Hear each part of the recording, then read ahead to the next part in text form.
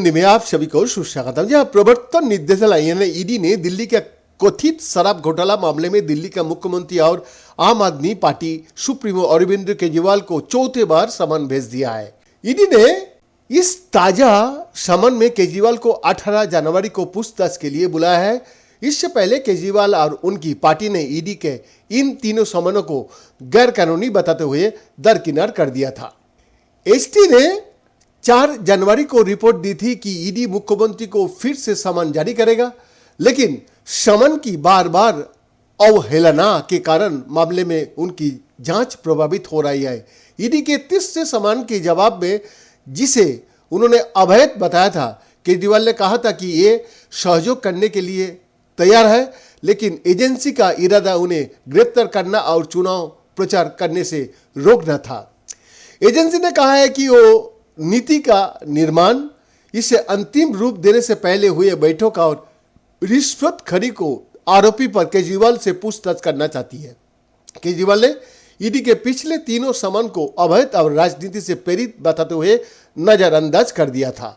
हालांकि आपने कहा था कि केजरीवाल एजेंसी का साथ सहयोग करने के लिए तैयार है, लेकिन दावा किया गया कि समन उन्हें गिरफ्तार करने का इरादा से भेजा गया है। आपने ये भी कहा कि चुनाव से ठीक पहले नोटिस क्यों भेजा जा रहा है। नोटिस केजरीवाल को चुनाव प्रचार करने से रोकने का एक प्रयास है। आपने समन की टाइमिंग पर भी सवाल उठाए थे। आम आदमी पार्टी ने कहा कि ऐसे समय में जब लोकसभा चुनाव नजदीक है, भारतीय जनता पार्टी अरविंद केजरीवाल को चुनाव प्रचार करने से रोकने और उन्हें जेल में डालने के लिए ईडी का इस्तेमाल कर रही है। उन्होंने कहा कि पार्टी द्वारा ईडी से स्पष्टीकरण मांगने के बावजूद कि केजरीवाल को किस हैसियत से बुलाया जा रहा है। आपने कहा था कि दिल्ली के मुख्यमंत्री ने तो आरोपी है और ना ही गवाही है। आपने कहा था लगभग 1 साल से मनीष सिसोदिया जेल में है और ईडी ने अभी तक उनके खिलाफ कोई सबूत नहीं जुटाया है और अब वो अरविंद केजरीवाल को गिरफ्तार करना चाहता है। उन्होंने भाजपा पर एजेंसियों का उपयोग करके विपक्ष को निशाना बनाने और भ्रष्टाचार को आरोपी का सामना कर रहे अपने नेताओं के खिलाफ कार्रवाई नहीं करने का आरोप लगाया था।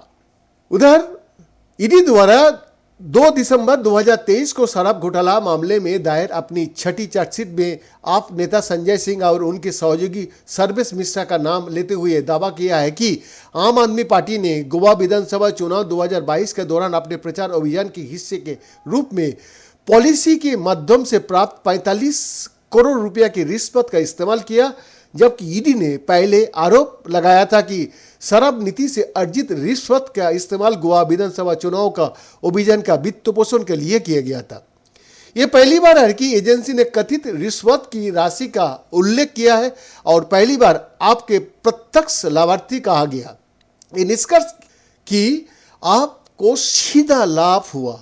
ईडी द्वारा अपने अगले आरोप पत्र में पार्टी का नाम बताने समय इसका उपयोग किया जाने की उम्मीद है। ईडी ने दावा किया है कि शराब नीति के सिलसिले में आप नेताओं को कुल 100 करोड़ रुपया की रिश्वत दी गई थी। 2 दिसंबर की चार्जशीट में यह भी आरोप लगाया गया कि आपके कुछ नेताओं ने भी अपराध की आय से व्यक्तिगत रूप से लाभ उठाया।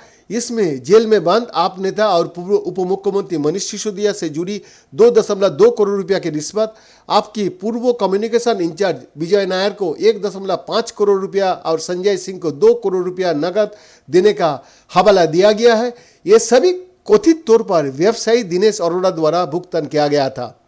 चार्जशीट में कहा गया है, ईडी की अब तक की गई जांच से पता चला है कि दिल्ली शराब नीति 2021-2022 को आपके नेताओं द्वारा अपने और आपके लिए लगातार अवैध धन उत्पन्न करने और प्रसारित करने की साजिश का हिस्सा का रूप में तैयार किया गया था। अपने 5 आरोप पत्रों में से एक में ईडी ने दावा किया कि शराब नीति केजरीवाल की दिमाग की उपज थी।